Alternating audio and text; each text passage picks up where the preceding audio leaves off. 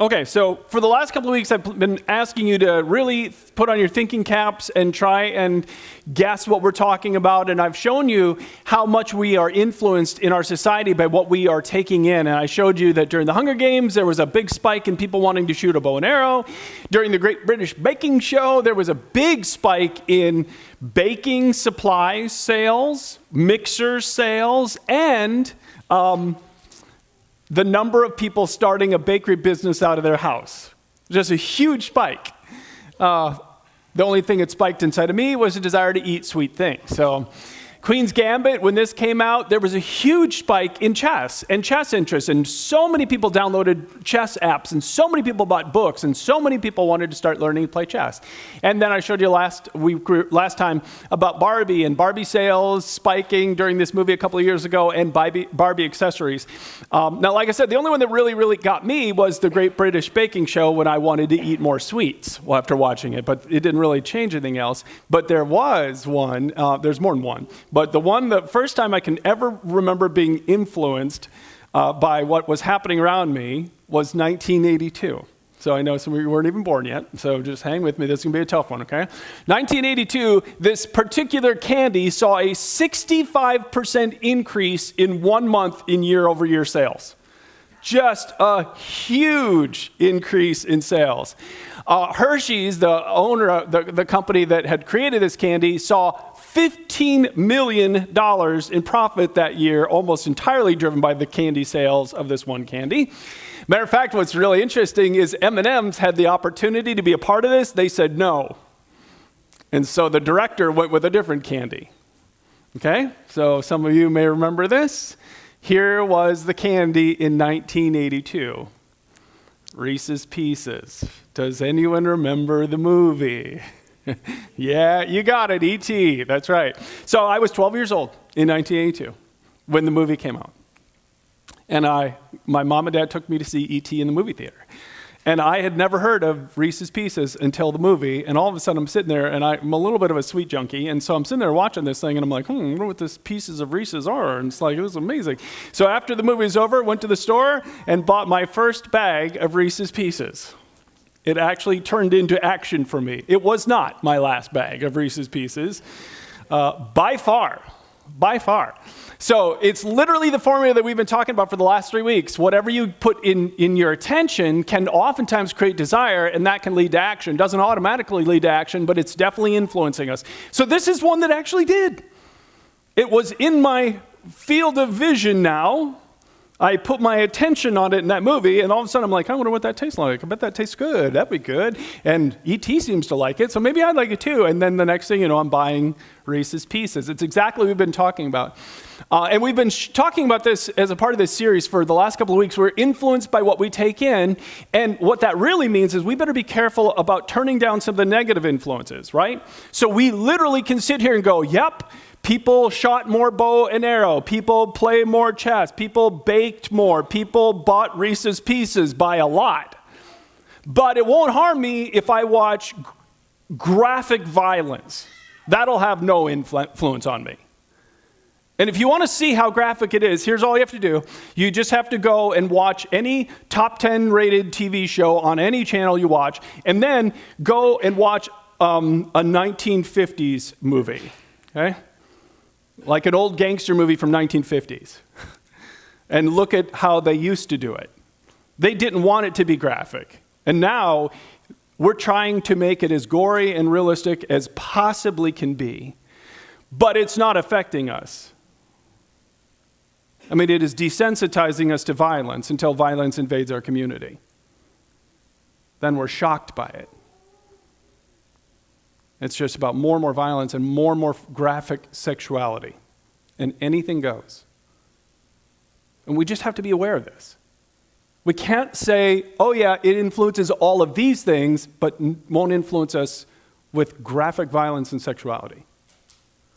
It doesn't even make sense to say it, right? So we have to be careful about the influences that we let in. They are influencing us, and we need to add more positive influences because, as Dallas said, nothing enters the mind without having an effect for good or evil. Nothing. It is always influencing you. Always. Everything you let in your mind is having an impact, and you just need to be aware of this, and we've been talking about this. We've said, the question is not, am I being influenced? Oh, yes, you are. The question is, what's having the greatest influence in my life today? That's what I need to be thinking about. And where am I giving my attention?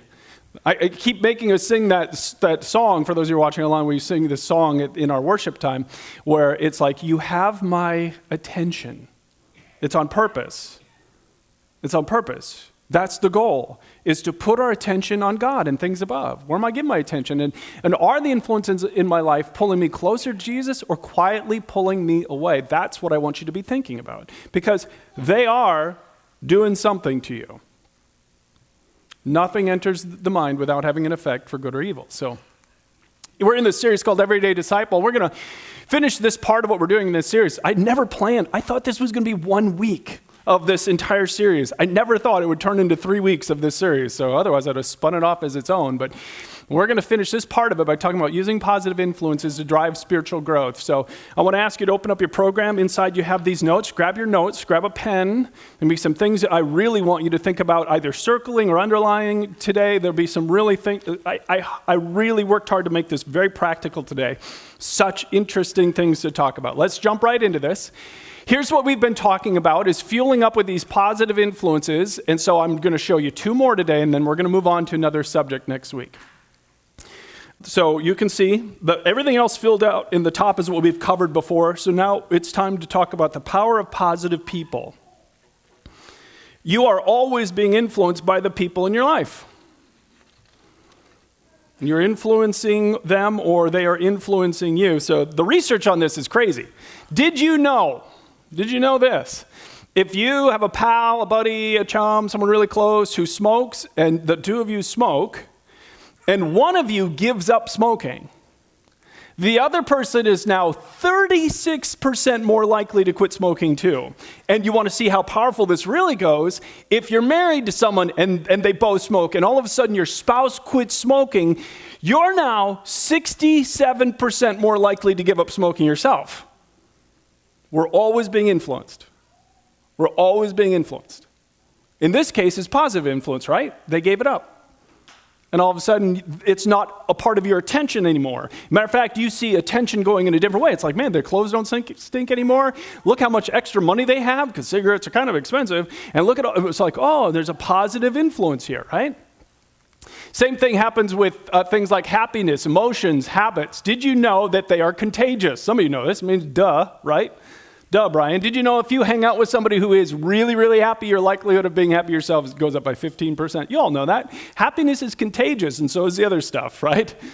Right? I'll show you that in a minute. How about drinking? Did you know this is directly related? So let's say you're a moderate drinker. You don't drink to excess, but you start hanging out with people who are heavy alcoholic users.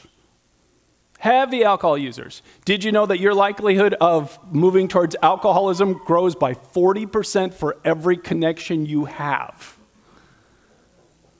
Stunning influence. But on the other side, let's say that you start hanging out with people that don't ever drink. The likelihood that you will stop drinking goes up by only 18%. Now, it's affecting you, right? But it's not as having as much effect on the other side. But you think about why every single successful recovery program that I can name, like Alcoholics Anonymous, what do? They put you in a room with other people who are abstaining. And then as you build those relationships and connections and mentoring relationships, if people are also giving it up, they have a positive impact on you. That's why it's a foundational part of any recovery program. You're not going to do it alone. Do it with other people who are on the same journey as you. So super, super important. All right. So you see all of these connections, and the point of all that is that we're always being influenced by by the people we have in our lives. The Bible's been saying this for a couple thousand years. Do not be misled. Bad company will corrupt good character. So you may have positive intentions, but you hang out with the wrong people, and all of a sudden they start dragging you down. So you hang out with the smokers, all of a sudden you want to smoke, the drinkers you want to drink, the Eeyores of this world, and all of a sudden you're feeling down, or Chicago Bear fans, and you're chronically depressed, right? So it's like, yeah, they're always influencing. You're always being influenced. But on the other side, look at this. Proverbs 13:20. Solomon said, hey, walk with the wise and you'll become wise. And so Solomon, one of the wisest men that's ever lived, was watching what was happening in relationships. He's like, man, this person's whole life began to change, not because they changed themselves, but they changed their circle of friends, and they started hanging out with people who were wise, and all of a sudden, those wise habits started wearing off. And he coined this proverb thousands of years ago. It's like, if you hang out with wise people, you'll start listening to how they talk to people, and you're like, yeah, that's a better way than I talk to them. And you'll start absorbing their words, and you'll see how they handle money. And you'll see how they handle relationships. And in that context of attention, right? That's what it is. You're paying attention to how their life is going. Their life goes better than mine. Look at what they do. And it is this contagious effect. So this is what it says. It's just like, hang out with these people. So here's some questions to think about this one. Who do you spend the most time with? Who do you spend the most time with? And how are they influencing you? Because they are. They're influencing you. How do they affect your desire? Oh, that could be affect or effect. Both work. How do they affect your desire for God? Are they a positive influence or negative? And what about your attitude? You all know what it's like to hang out with people who are chronically negative, right? And nonstop whiners and complainers. Right? So what's going on inside of you? Now, some of you may be sitting here going, Brian, I don't have a lot of opportunities to be around wise people. Okay?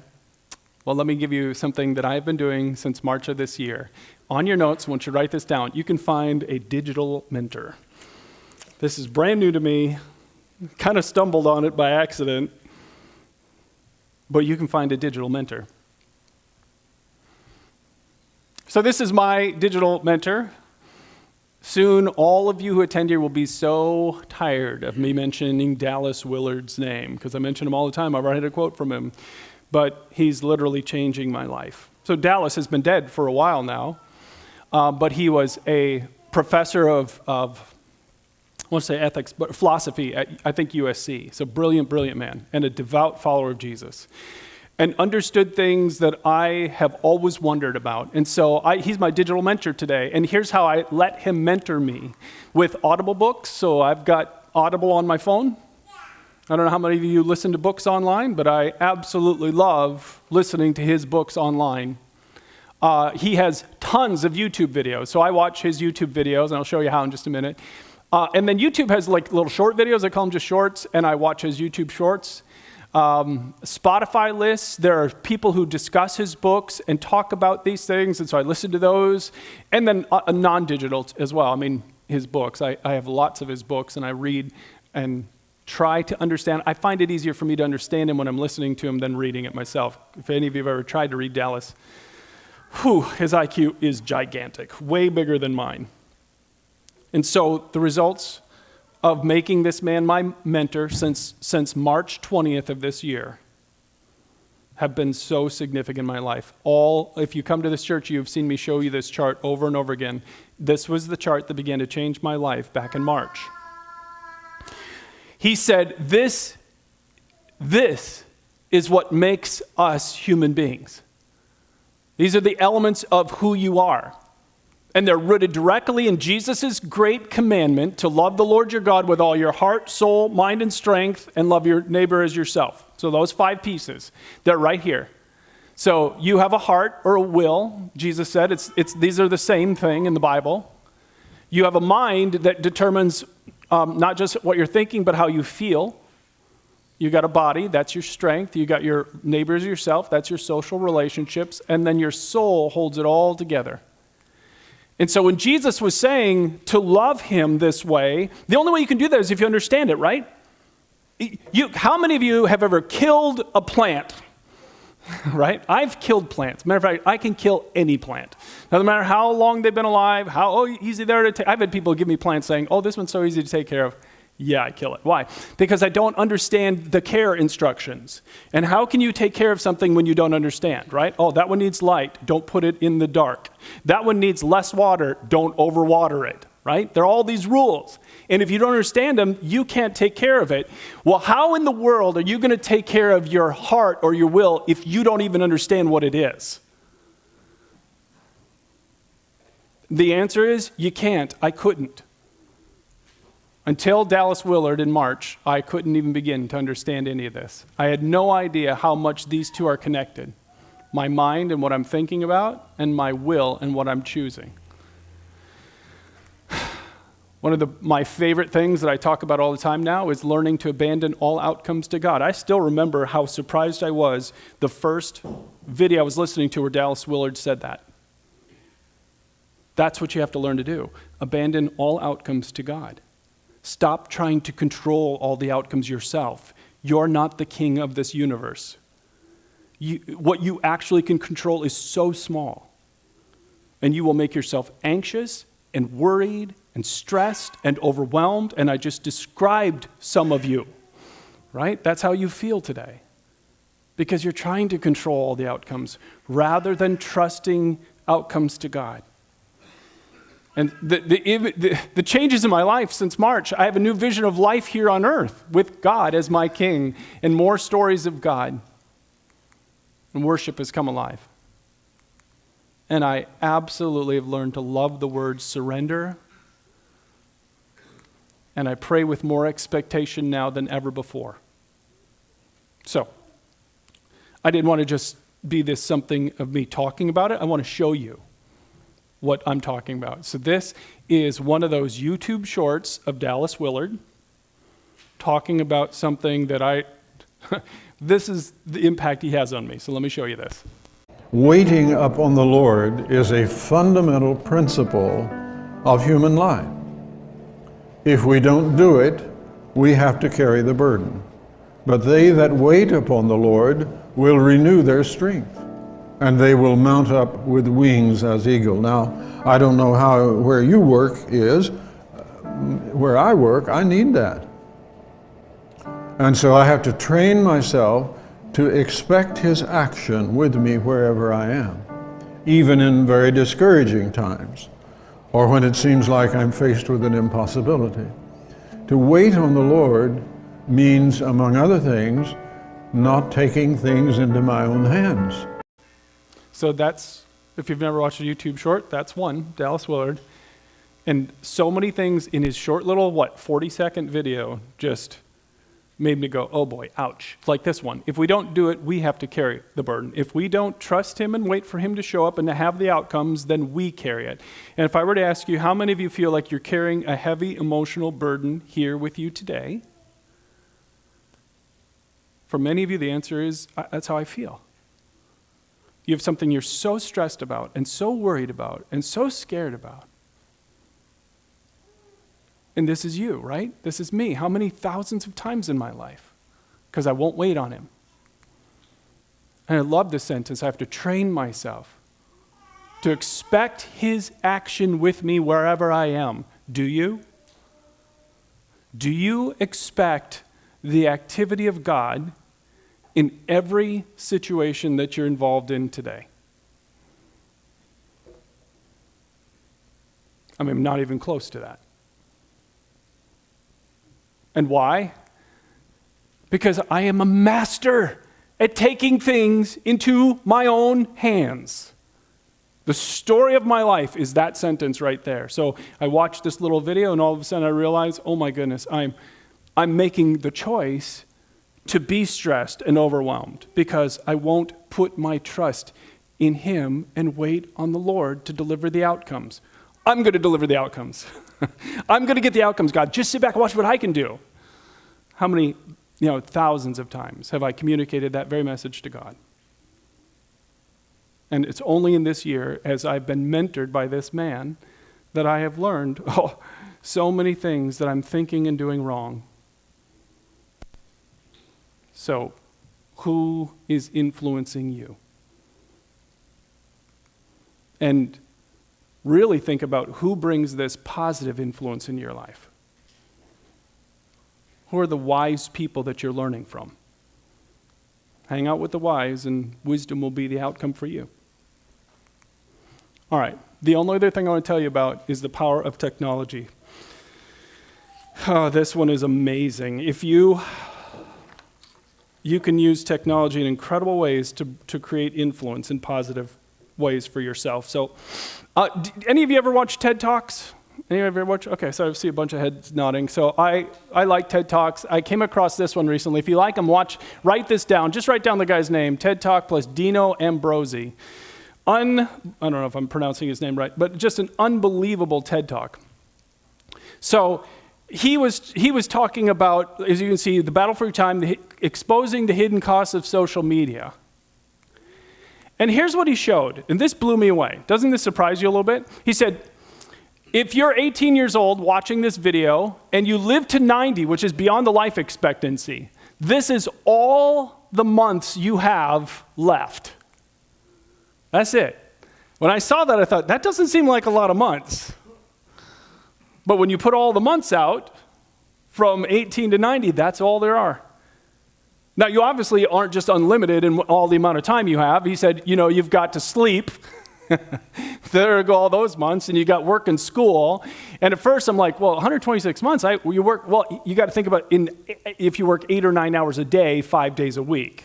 So it's not like, well, you worked in October, right? Well, you didn't work a month in October because you slept and you had a weekend, right?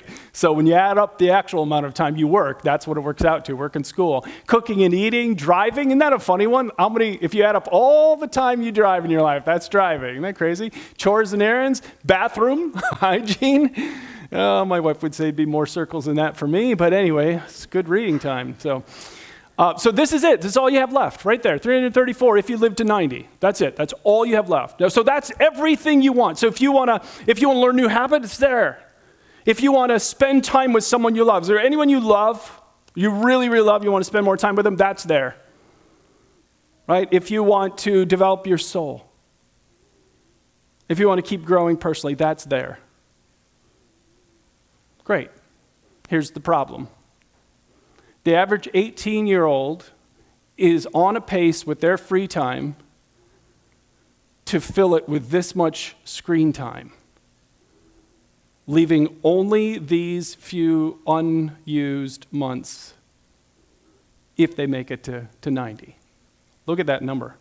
Not just jaw-dropping. And he said, we actually have no idea how much this is impacting. The reality is we do know there are direct correlations between how much screen time you have and how anxious and depressed you feel. Direct correlations.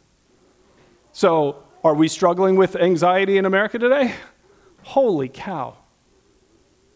But we can't see a connection. Screen time doesn't just involve your phone and social media apps, it involves video games and TV. So, it's like all screen. So he said, we have no idea the cognitive impact of this. The average TikTok, do you know how long the average TikTok lasts? 15 seconds. The average TikTok is 15 seconds long. So he said, we have no idea what the long-term implications are of hours and hours a month training our brain every 15 seconds to get distracted.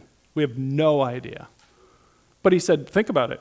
What are the relational impacts from getting distracted and training your brain to be distracted every 15 seconds? What are the work impacts? And we're seeing them. We're seeing them even though we have people with, I have a 500-day streak with my Snapchat friends.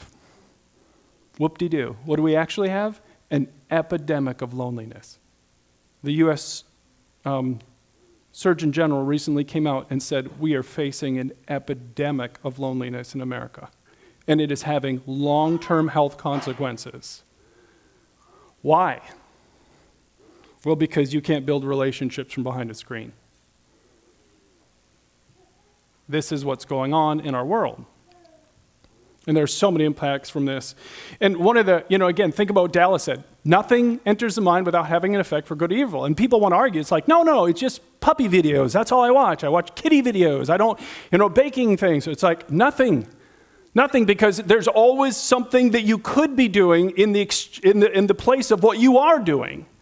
It's not just neutral, it's also taking you from something. And those things can have positive impacts. But one of the harshest things about it, and this is so true, what the message is, and he talks about implicit messages and all the social media, the Instagram and Snapchat and X, Twitter, you're not enough, but you could be if you had what we're selling. It is the nonstop. Why do you think one of the influencers, I read this just this morning, one of the main social influencers makes $3.2 million for posting every post? Why do they pay him $3.2 million to post? Because they know they're going to make more than that, right? Why are all the social media apps free? Because you're the commodity. You're the commodity. They're making money off of you. And this is the nonstop subtle message. They very rarely say it this directly, do they? But it's what it is. Watch this social media influencer so you buy this. You're the commodity. One person put it this way, one of the greatest dangers to our souls isn't overt evil, but distraction and desire shaped by all these false stories, especially the story that life consists in what we consume, own, or experience. I don't ever remember hearing the phrase growing up called FOMO. I don't ever remember it. Never heard it. Never heard fear of missing out, ever. You know why? Because I didn't know what they were all doing. I didn't know where they went on vacation. I didn't know what they looked like when they rolled out of bed in the morning. I didn't know who they were dating, and I didn't know what they ate last night. So I never felt like I was missing out on anything. And there is this tremendous, constant, your brain does it naturally, you don't have to train it to, it will automatically compare all the time. And then there's that feeling of discontent and that feeling of anxiety and that feeling of missing out. And if only I could consume a little more, own a little more, experience a little more, then my whole life would be so much better. And Jesus said, listen, life doesn't consist in the abundance of your possessions. And everyone who's ever watched somebody die knows that. All the years of doing this job, I've never been by the bedside of somebody dying who said, go get me my stuff, right? Or I want to keep my Snapchat streak going one more day, right? Ever. When the message comes that your time has an ending point, you will suddenly realize that everything Jesus said is true, that is all temporary and no value. All temporary, no value. So what should we do? Everybody shut down the internet and everybody throw their phones away and stop watching TV and stop playing games? Okay, I'm not saying that. I am saying, would you start considering how to use technology to build your faith? That's what I'm asking you to do. Technology isn't going anywhere. So use it. It's neutral. It doesn't have to be used in a way that's negative. Use it in a positive way. Use it to do this. Fix our eyes not on what is seen, but what is unseen. Since what is seen is temporary, but what is unseen is eternal. That's what you want to use technology to do. You want technology to direct your attention to things above that are eternal, like God and Jesus and his purpose for me in this world, and not on buying more stuff. You want to use technology intentionally to do this. So how can you do it? 2 things on your notes. First, I want you to train yourself to open your Bible first. Let's see if I have my phone.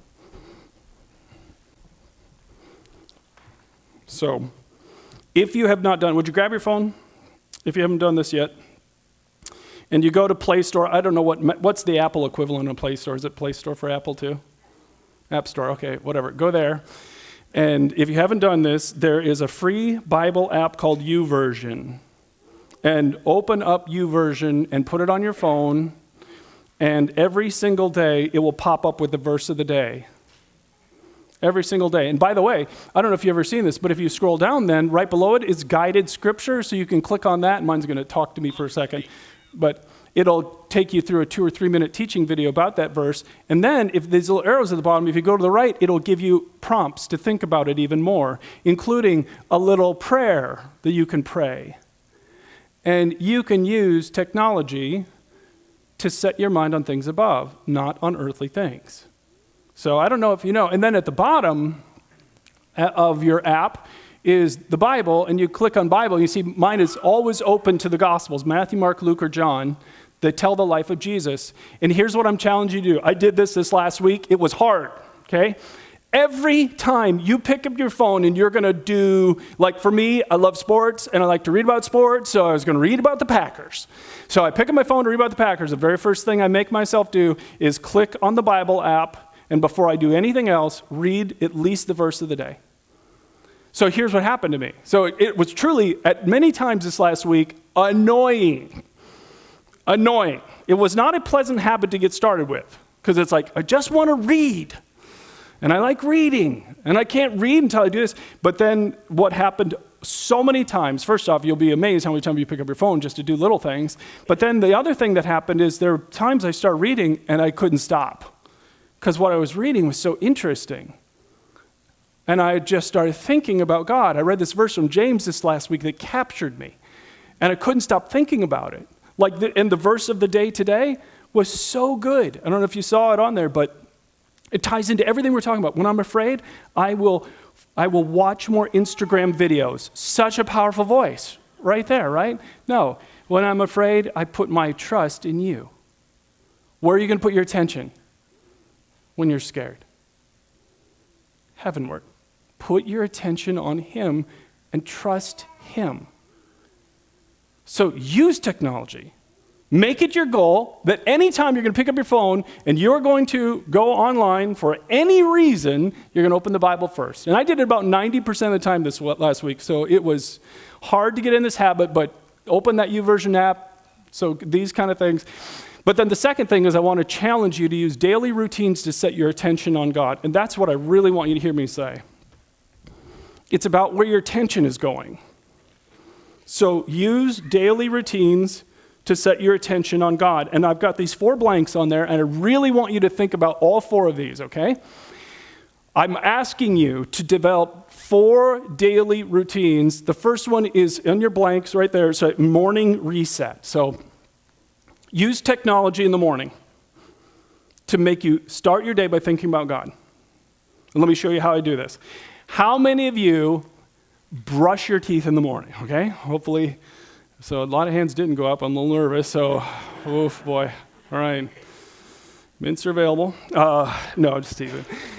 So if you brush your teeth, in the morning, I brush my teeth, I wash my face, I shave, and I comb my 2 hairs. So that's pretty much all I do, right? So you can, so what I do in the morning is I put on my mentor, my digital mentor, and I have tons of YouTube videos of Dallas Willard teaching. And when I'm getting ready in the morning, Dallas Willard is talking to me. Yesterday, in one of these videos I was listening to, he said, listen, most people who believe in Jesus, they believe in Jesus, but they don't believe Jesus. So you think about what Jesus said in the New Testament that's possible for us. We don't believe that, but we believe in him. I'm like, oh, that's me. It's like unbelievable. It's like, how many times do I not believe what he said? So use the time. You have to get ready anyway. Use technology as a way to set your mind on things above. It's called habit stacking. You're stacking habits together. Okay? So you're going to stack them together. Now, this isn't the only habit that I use. I mean, I will, many of you know, I get ready and I have a half hour before I go to work where I will sit and read my Bible and pray. So, but stack your habits. Use technology when you're getting ready in the morning. Then, I don't know how many of you and what your day is like. Mine, it can be crazy. The moment I arrive at work, many times God is gone. Because I have 1,000 emails and 1,000 Teams messages, and I got phone messages I got to return, and so-and-so wants this, and so-and-so wants that. I don't know if any of you have that same experience. We often call it the whirlwind. I don't know how many of you live in the whirlwind like I do. So I have these great morning habits, and I'm thinking about God, I'm really worshipful, and then boom, work. Okay, so one of the things that I'm working on right now, and I do not have this done, okay? As a matter of fact, I didn't even have any good ideas. So on your notes, in your program, there's second page, and it says habits to try this week. Take a look at this. I just threw it into AI and said, AI, help me. Here's what I'm talking about, help me. And look at the midday reset. You see that one? And I'm going to do the first 2 this next week. My goal is every day when I sit and eat lunch at my desk. So when I'm sitting at my desk eating lunch, I'm going to say, God, is there anyone you want me to send an encouraging note to or tell someone that I'm grateful? And I'm going to use technology to bless someone else. And then, if you haven't heard of the Bible Project on YouTube, there are these 5 or 6 minute videos. They're all about God and faith. They're incredible, and they're short, and they're entertaining, and you can learn about God in a fun way, so use it. So that's my goal. Midday reset. Heading home habits. So I have a almost 30-minute commute home. So unless you work at home, then you might have to have some other habit. But for all of you who don't work at home, when I'm heading home, the first 20 or so minutes is mine. I usually call my kids or call my family. And then when I reach this certain point in my commute with about 10 minutes left, I turn everything off and I use technology, and I have Spotify, and I have this list of worship songs that really move me. And I will spend a few minutes worshiping God, and then the other thing I do is non-technology. I try and think through my day to see, did God show up in any unexpected ways during my day? Because I want to thank him. And what am I doing with my mind? I'm putting my attention back on God. So the first one and the third one, I've already got. I want to get that middle one. And then an end of the day reset. Again, how many of you brush your teeth at the end of the day? How many of you wash your face? You know who I turn back on at the end of the day when I'm brushing my teeth? Dallas Willard. And I'll watch a YouTube video. Or I love John Ortberg's Becoming New podcast. Oh, almost every day I listen to that. And I will let my thoughts at the end of the day turn back to God. Now, some of you are like, this is a lot harder than just going to a church service once in a while. I mean, that's what we've all been told, right? That's what I was told when I was young, is all you really got to do is jump through some religious hoops when you're young and then go to church once in a while if it's not too hard or you're not too tired, right? And now all of a sudden we're talking about all these different things to set our minds on things above. Why do I take this so seriously?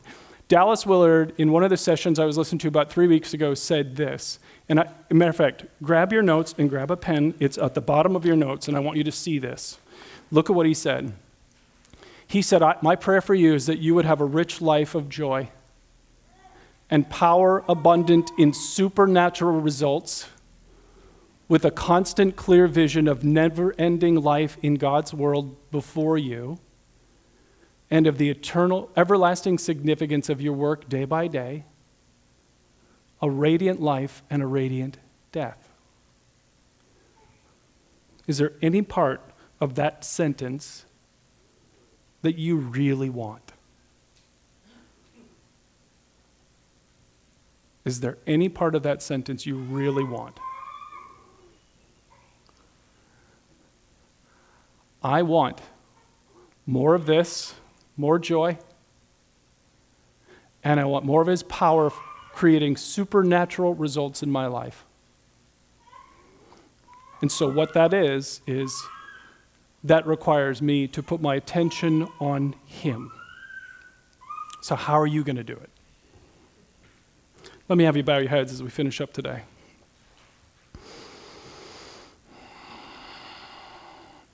Actually, sorry, open your eyes. I forgot to show you this. I always have this slide.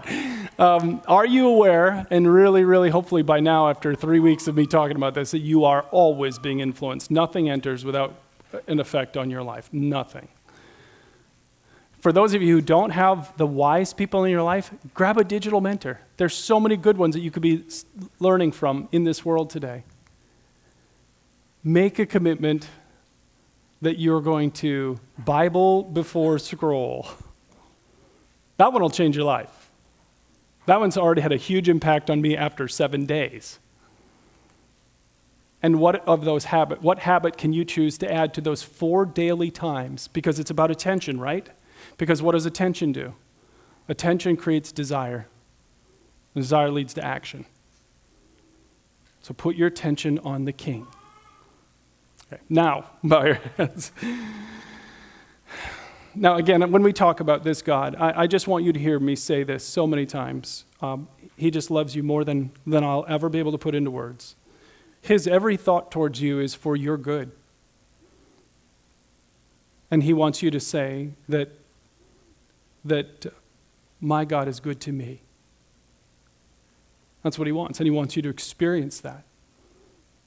And that requires us to really shift our attention, but there's another earlier step that I haven't talked about today, and that is the decision to bring ourselves willingly before this God of love and offer ourselves to him. The Bible says that on our own we can't be with a pure God because we're not pure. And so he sent his son Jesus to die on the cross to pay the debt we owe. That's what we celebrate. That's what we remember. This Jesus who gave his life for all of us and then rose again, proving he is God the Son. And if you want new life with him, you can have it. With your head bowed, your eyes closed, you can just say something like this in your heart to him. Say, Jesus, I know I can never make myself good enough to be with you. Never. I'll never pull that off. But I've heard today that you died to pay my debt. So I'm telling you today with the faith I have that I'm turning to you. Please forgive me. And come make your home inside of me today. I want there to be less of me and more of you. In Jesus' name, amen. Thank you so much for taking the time to watch this service today. We hope as a church and pray that this was something that really helps connect you deeper to Jesus. That's what we're all about as a church. If you need to communicate with us, if you go online to penuelchurchlife.com, in the upper right-hand corner is a box that says, I said yes to Jesus. It also says, please pray for me. Just click on that, and it'll take you to a place where you can communicate with us as a church. So if you ever want any of the resources we mentioned in a service, go there and let us know. We'll gladly send them to you. Or if you made a decision to say yes to Jesus or you have a prayer request, just let us know. And we're always glad to hear from the people who are watching online. And if we can continue to help you grow in your faith in any way, then we want to do that. So again, thank you. And our prayer is that you continue to grow and connect and find the true life that Jesus Christ is offering.